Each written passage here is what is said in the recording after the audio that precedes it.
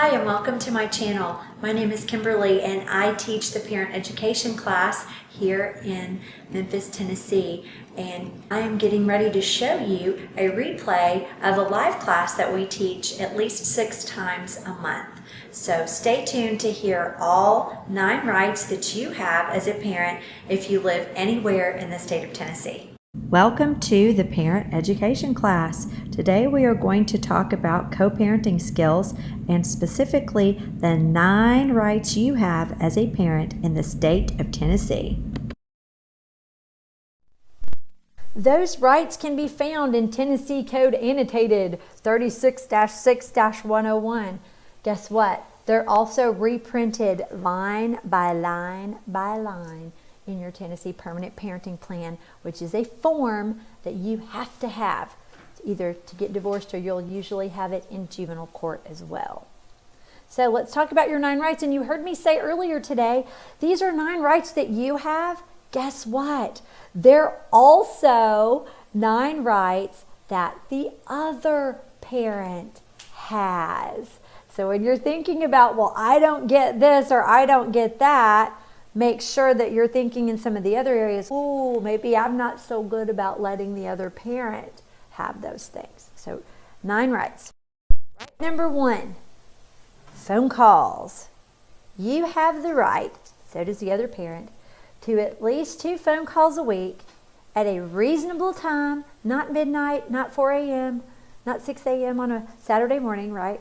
At a reasonable time for a reasonable amount of time. 4-year-olds don't talk for 2 hours. 16-year-olds don't talk for 2 hours most of the time either, right? So, you're not going to be on the phone with your kid for an hour unless they have a problem and they've called you or something, but you don't kind of have the right to have these super long phone calls during someone else's parenting time, but you do have the right to check in with your kid. Hey, how was school today? Let me tell you good night. I missed you. Oh, I called to tell you something exciting. I got a new job today or something like that. But you have the right to have contact with the other parent during their parenting time with your child. As a parent, you have to furnish the other parent with a way to contact their child when you have your child. That would be a phone number. Either they're calling your phone, so you can't block the other parent's phone number. Okay, please don't do that. If you're that uncomfortable, if there's an order of protection or something weird, give your kid their own phone if you feel like you want to be able to talk to them. And then we have all the issues about, well, the other parent takes that phone away or the other parent doesn't keep it charged. Those are things you can deal with your attorney or in court if somebody's violating that, because they're in violation of the parenting plan and in that Tennessee Code Annotated 36-6-101. So kind of 2 places that they're in violation. Even though they say the same thing, they're 2 different documents. But you do have the right to phone calls, so does the other parent. Let's talk about the right to send and the right for your child to receive mail. Any package, any mail that your child receives or that you send to your child has to be uncensored, unopened, to be delivered as soon as you get it as a parent. Let me give you some examples of what people have done. You sent a birthday card to your child and the other parent gave it to them a week late and said, oh, guess your mom finally remembered your birthday, but it came 2 days before your birthday. You sent your child a card that had some money in it. You'll see some money on the screen. The parent took the money out and said, wow, nice card. Too bad they didn't give you a gift, because you took the money out.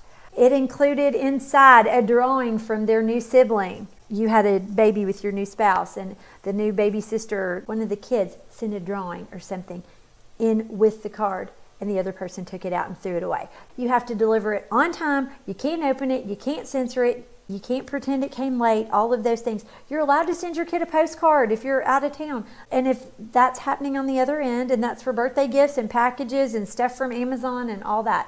The exception to that, of course, is if they're sending your child something inappropriate, pornography or a game that's rated M for mature, or they're sending them a rated R movie or something like that you don't agree with. But in general, you wouldn't know that until they opened it, because you're not supposed to be opening your child's mail. It's not addressed to you.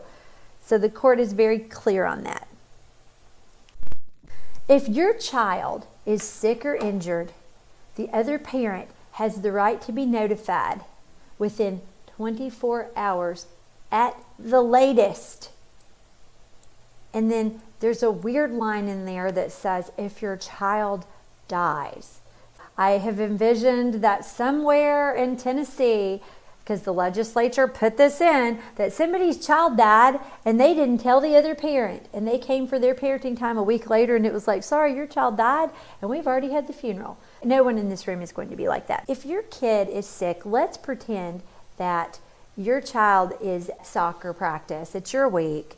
Your kid's at soccer practice, they sprain their ankle, you take them over to the emergency room. You don't have to call the parent on your way to the emergency room if you think they're going to show up and cause all this drama and you don't like that. It's not saying that. You could take your kid, have them evaluated, and when you're getting ready to check out, you would call the other parent or text them and say, hey, Susie hurt her ankle at soccer practice. I ran her over to the ER.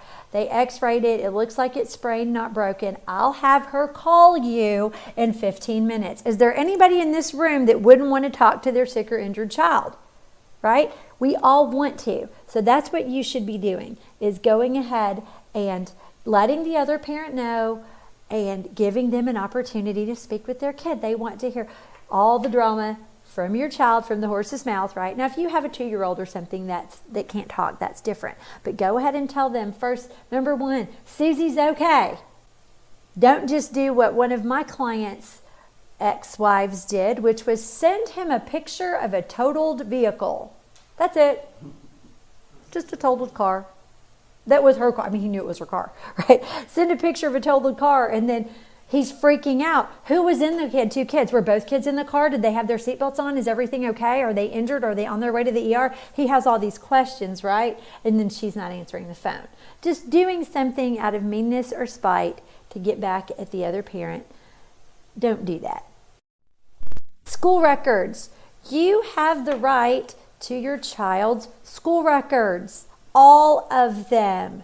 Their attendance records, their tardies, all of their TCAP scores, anything that the other parent would have access to, you're supposed to have access to it. Most of the schools, if you don't know, if you haven't kind of been involved in that aspect of your child's life, most schools have an online system that you can get onto.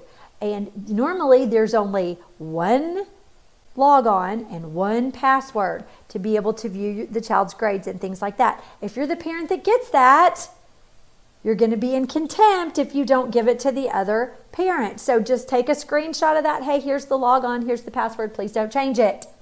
If you forget it, let me know. I'll resend it to you. But please don't just go on and change the password or do anything weird. So then both of you can see. Every time they take a test, there's the grade is supposed to be, if the teacher is decent, puts it in the grade book, and you can see as your child is going along, you can see their attendance, you can see how much money's in their meal pay account, if they're, you can even see what they're eating, because we had an issue this year where my kid was ordering, he got his food and then he would get like 3 cookies, 3 extra chocolate milks. I'm like, do you have a friend that you're feeding? No, I'm just really hungry. And then one of the other ones, I was like, how did you run out of money so quick? Oh, I'm eating second breakfast at school. Well, if you're that hungry, then that's okay, but I need to be aware of it. But getting these notifications allows both parents to monitor what's going on. If you want an extra copy of the report card, or if your child has an IEP, if they have any sort of disability, the school puts them on an IEP, you can get a copy of all of that. The school is allowed to charge you a reasonable fee. I would say not more than 50 cents or $1 a page or something to get a copy of those records. They can't tell you it's $300 to get a copy of the IP, in other words. If you have a question about that, you should ask your attorney. But you have the right to see any record that is made on your child as if you were married, as if you guys have identical rights to all those records, and you can contact the school if you're having a problem with that. A lot of times, those online passwords, the school will not help you with those. They will tell you, oh, that's already been issued. You have to call the other parent. And if the other parent won't cooperate, then you'll have to, unfortunately, you probably have to pay an attorney to go down and have some sort of hearing. I've had a couple of hearings on that in the last year where It was, what do you mean you're not going to give the password? And you know it's the only one. Like, what are you hiding? Is it tardies?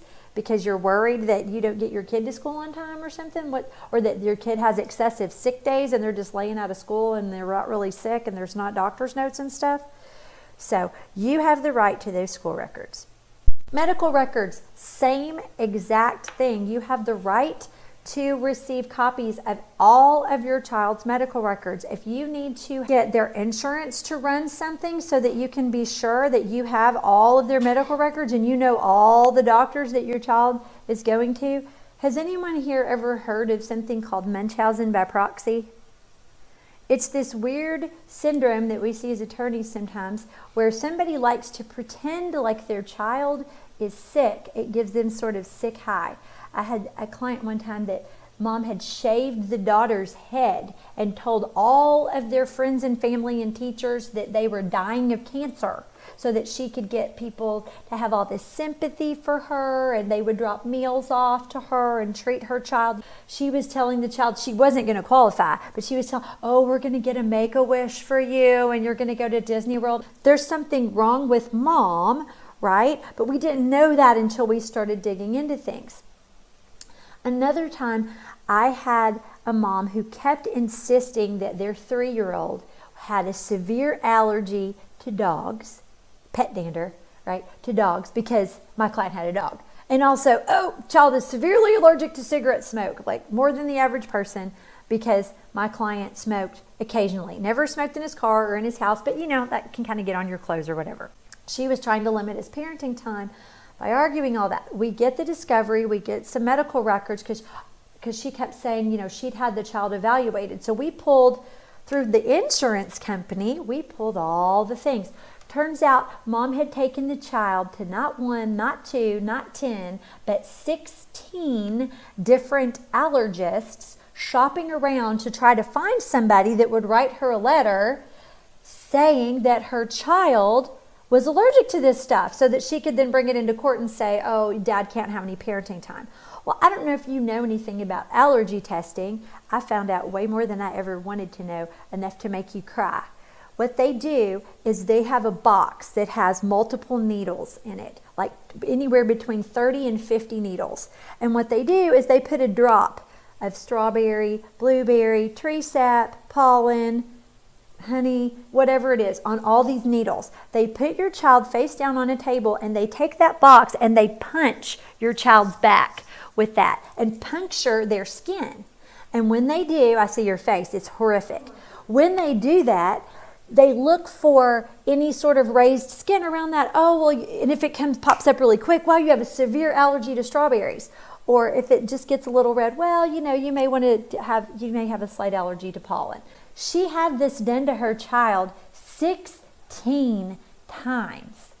Guess who got custody of that child, right? We did. Well, husband did. Because that's crazy. But we wouldn't have known that if we hadn't gotten all those medical records. There's in the code, this is how you get that. You are allowed to have that. Hopefully you don't have anything that extreme.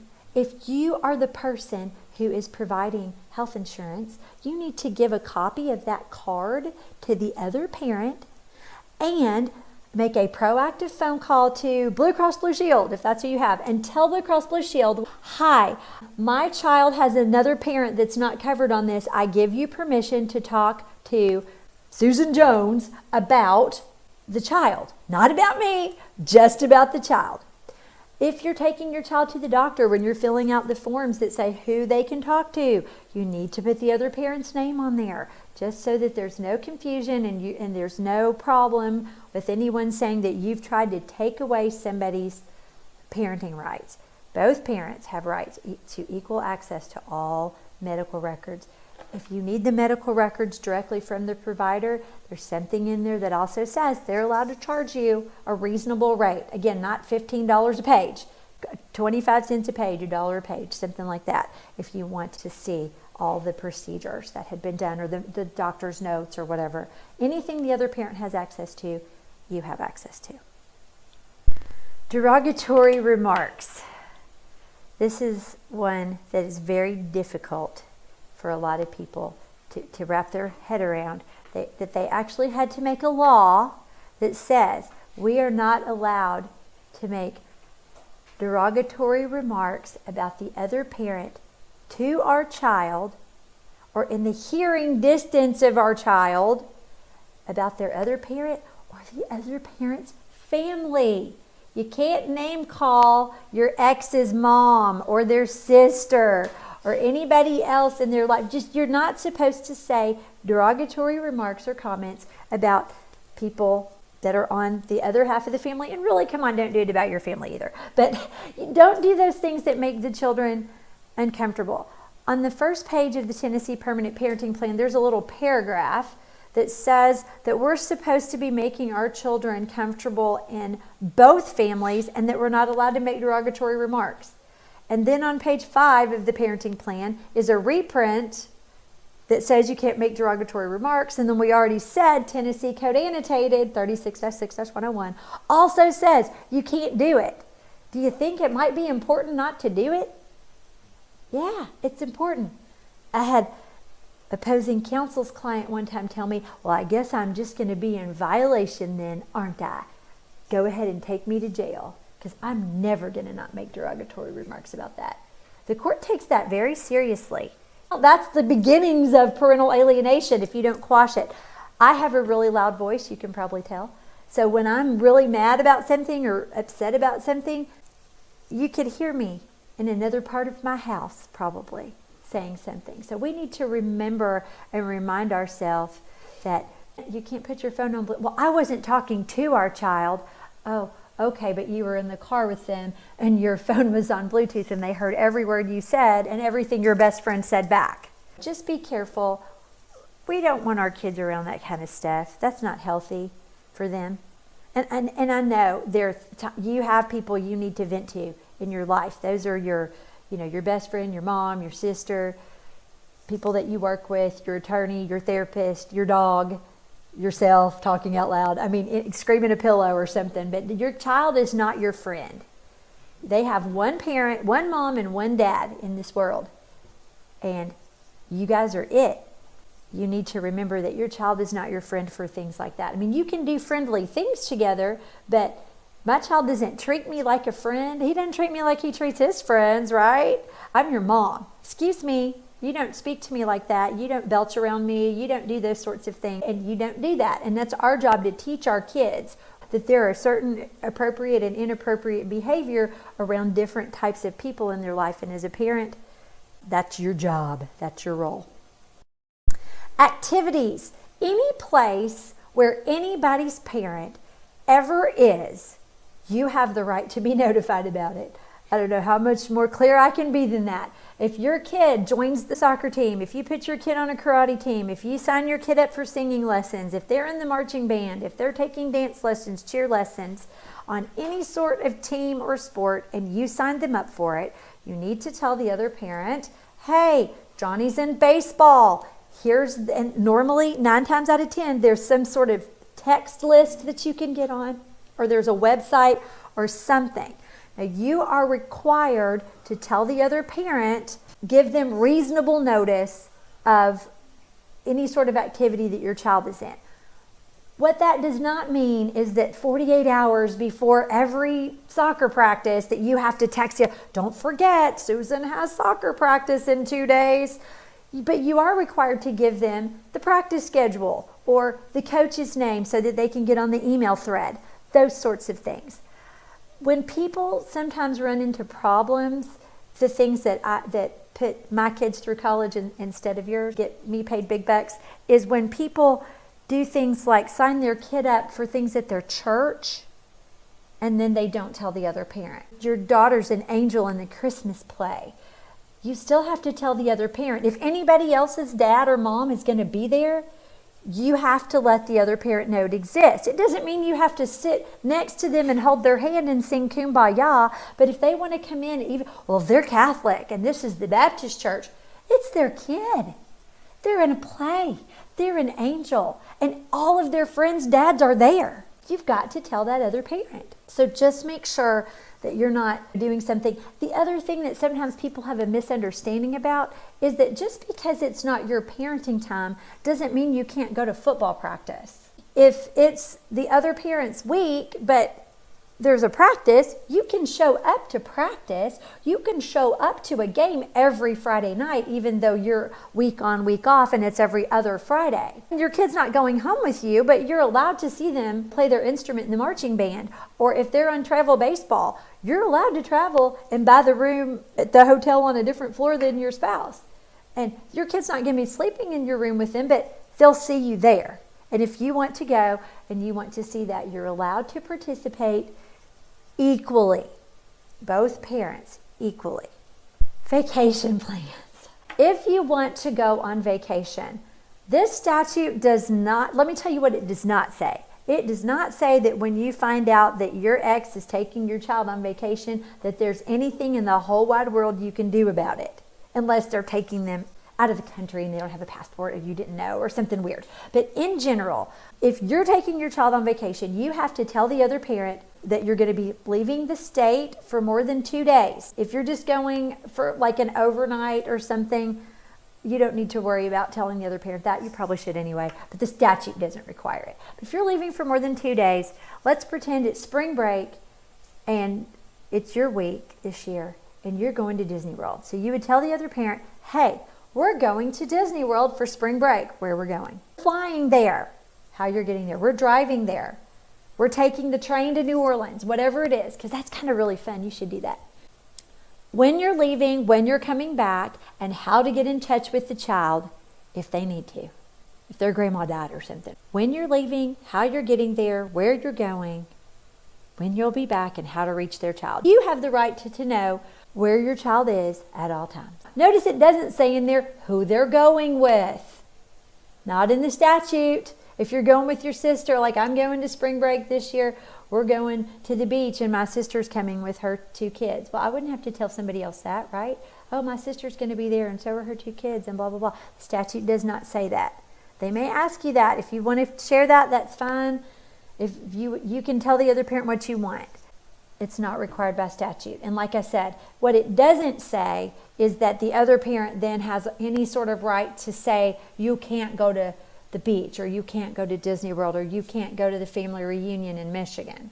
We live kind of on this really interesting place in Tennessee that you could be spending the weekend at grandma's in Olive Branch, right? And that's, you left the state for a week. So if you're going to be gone for more than 2 days out of the state of Tennessee, that's Arkansas, that's Kentucky. I mean, that's just anywhere that's even super close. You decide to go to Owensboro for a 3-day weekend over 4th of July or something. You have to notify, you shall notify the other parent. Finally, your final right is the right to participate in education on the same basis to both parents. That means both of you are allowed to be homeroom mom or dad. Both of you are allowed to be on PTA. Both of you are allowed to attend IEP meetings. Both of you are allowed to attend parent-teacher conference. Both of you are allowed to attend curriculum night. Both of you are allowed to attend the book fair. Both of you are allowed to go to the school and have lunch with your kid. Both of you are allowed to go on field trips. It's not something just reserved for primary parent. So primary parent under the statute is the person with the most amount of parenting time. So it's not just reserved for that. All of that is equal. A few years ago, I represented Dad, and she was going to her child's school. They had week on, week off parenting time, and they switched on Fridays at the school so they'd never have to see each other. And Mom was coming over and having lunch with her child during Dad's week at the school, Monday through Friday, every single day. So the school started to be, so there's something in there that says, well, it can't interfere with your child's normal day. So like the other kids started teasing the child and the child kind of felt uncomfortable. My mom's like this kind of desperate, crazy person to have lunch with me every day and asking me, what'd you do? What time did you get to school on time? Checking to see what the child was wearing and just kind of all of those things. That right is not there to be used as a hammer by the other parent. Thank you for watching this replay of the live Tennessee Parent Education class. If you enjoyed this video, please support our channel by clicking on the like button below. We would love you to subscribe and click on that notification bell so that you can get all of the classes that we're going to be posting.